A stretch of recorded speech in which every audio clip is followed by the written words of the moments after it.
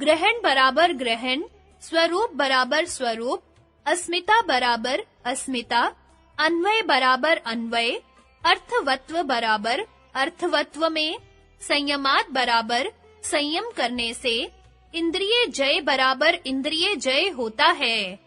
अन्व्यार्थ ग्रहण, स्वरूप, अस्मिता, अन्वय और अर्थवत्व में संयम करने से इंद्रिय जय होता है। व्याख्या इंद्रियों के निम्न 5 रूप है। इन पांचों रूपों में क्रम से साक्षात पर्यंत संयम करने से इंद्रिय जय सामर्थ्य प्राप्त होती है। पहला ग्रहण, इंद्रियों की विषयाभिमुखी वृत्ति ग्रहण कहलाती है। दूसरा स्वरूप, सामान्य रूप से इंद्रियों का प्रकाशकत्व, जैसे नेत्रों का नेत्रत्व आदि स्वरूप कहलाता है। तीसरा अस्मिता, इंद्रियों का कारण अहंकार, जिसका इंद्रियां विशेष परिणाम है। चौथा अन्वय, सत्व, रजस और तमस तीनों गुण जो अपने प्रकाश, क्रिया, स्थिति, धर्म से इंद्रियों में अन्वयी भाव से अनुगत हैं। पांचवा अर्थवत्व, इनका प्रयोजन पुरुष को भोग, अपवर्ग दिलाना। टिप्पणी, व्यास भाष्य का भाषानुवाद।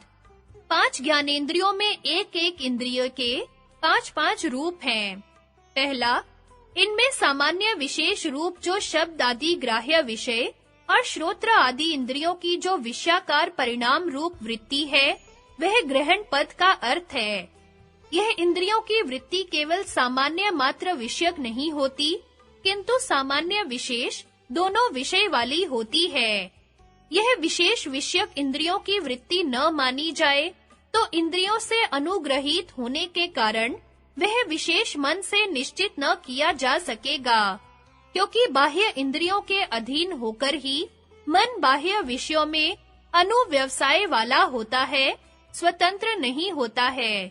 इसलिए सामान्य विशेष रूप विषयाकार ही इंद्रियों की वृत्ति होती है।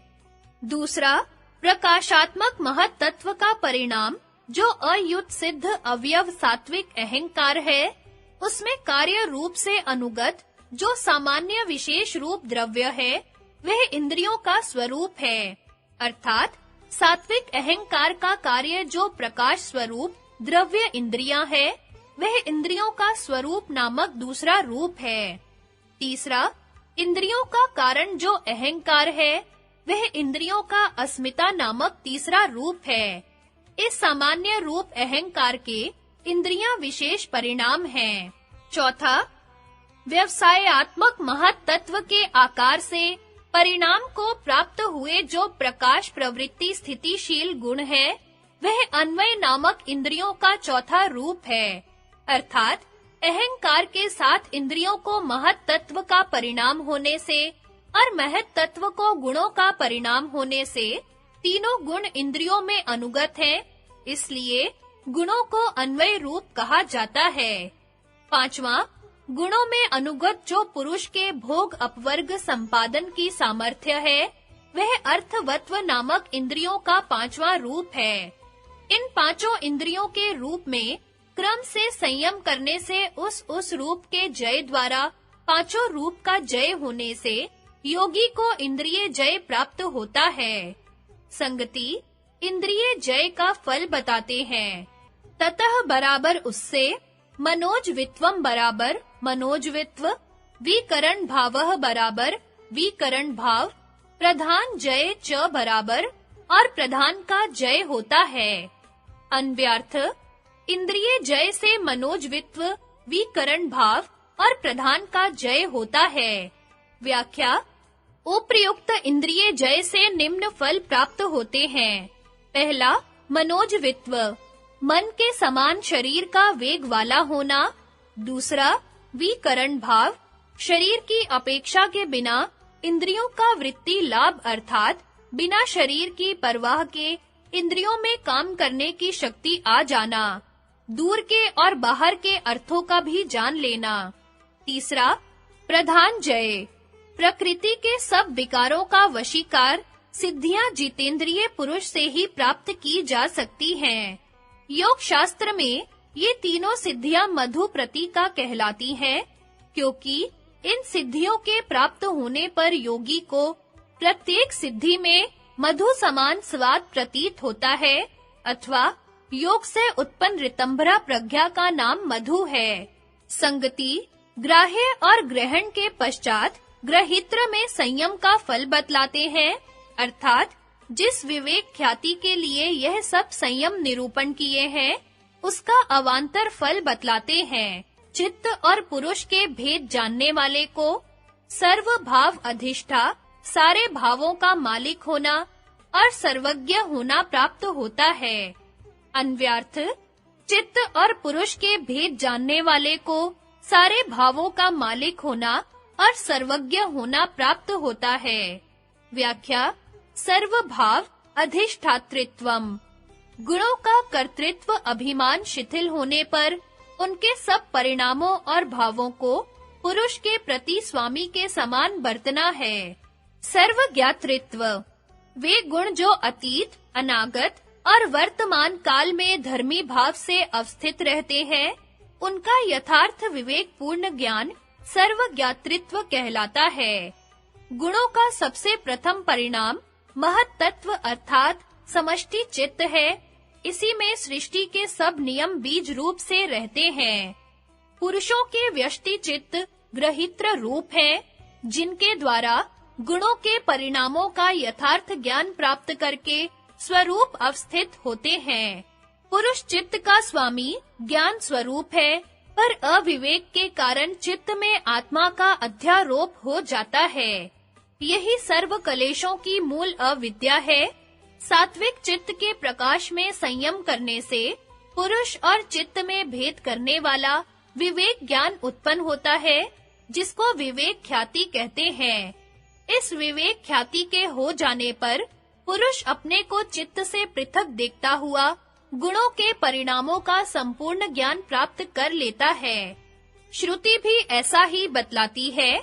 आत्मनो वा अरे दर्शने नेदम सर्वविदितम, अर्थात पुरुष दर्शन होने पर सर्वज्ञातृत्व प्राप्त हो जाता है। इस सिद्धि का नाम विशोका है, क्योंकि इसी की प्राप्ति से योगी कलेशों के बंधनों के क्षीण होने से सबका अधिष्ठाता और सर्वज्ञ होकर शोक से रहित विचरता है।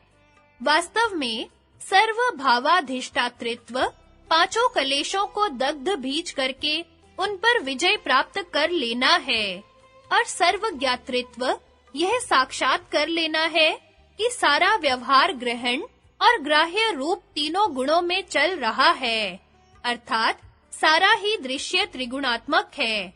आत्मा इनका दृष्टा इनसे सर्वथा भिन्न, असंग, निर्लेप, अजर, अमर, अप्रसव धर्मी, निष्क्रिय, ज्ञान स्वरूप कूटस्थ नित्य है। व्यास भाष्य का भाषानुवाद। जब बुद्धि सत्व के रज और तम धुल जाते हैं, तब पर वैशारद पर वशीकार अवस्था में अवस्थित होता है। सत्व और पुरुष की अन्यता ख्याति मात्र रूप में प्रतिष्ठित होता है, तब बुद्धि सत्व को सर्व भावों का अधिष्ठातृत्व हो जाता है। सर्वात्मक गुण व्यवसाय और व्यवसाय रूप गुण स्वामी क्षेत्रज्ञ के प्रति अशेष दृश्य रूप से उपस्थित हो जाते हैं। सर्वज्ञातृत्व सर्वात्मक गुण जो शांत, उदित और अव्यपदेश्य धर्म से अवस्थित है, उनके विषय में अक्रमोपारूढ़ विवेकज ज्ञान होता है। यह विशोका नाम की सिद्धि है, जिसको प्राप्त करके योगी सर्वज्ञ क्षीण कलेश बंधन और वशी विहार करता रहता है। योग वार्तिक का भाषानुवाद। सत्व और पुरुष की अन्यता के संयम वाले चित्त का सर्व भावों में, प्रकृति और प्रकृति के कार्यों और पुरुष के विषय में अधिष्ठातृत्व स्वदेह के समान स्वेच्छा विनियोक्तृत्व हो जाता है, तथा प्रकृति और पुरुष आदि में सर्वज्ञातृत्व हो जाता है। यहाँ भी साक्षात्कार तक ही समझना चाहिए, क्योंकि संयम की सिद्धि ही अन्य सिद्धियों का हेतु है। शंका: परार्थार्थ स्वार्थ संयमात्। इस सूत्रोक्त संयम से इस संयम का क्या भेद है, जिससे वहाँ पुरुष ज्ञान रूप सिद्धि होती है और यहाँ दूसरी सिद्धि होती है? समाधान: वहाँ सुख आदि के अनुभव रूप परिच्छन्न में पौरुष्य प्रत्यय ही संयम कहा है और अपरिच्छिन्न पुरुष में संयम नहीं कहा। यहाँ तो उस संयम से परिपूर्ण पुरुष का ज्ञान हो जाने पर बुद्धि विवेक संयम कहा है, यह विशेषता है।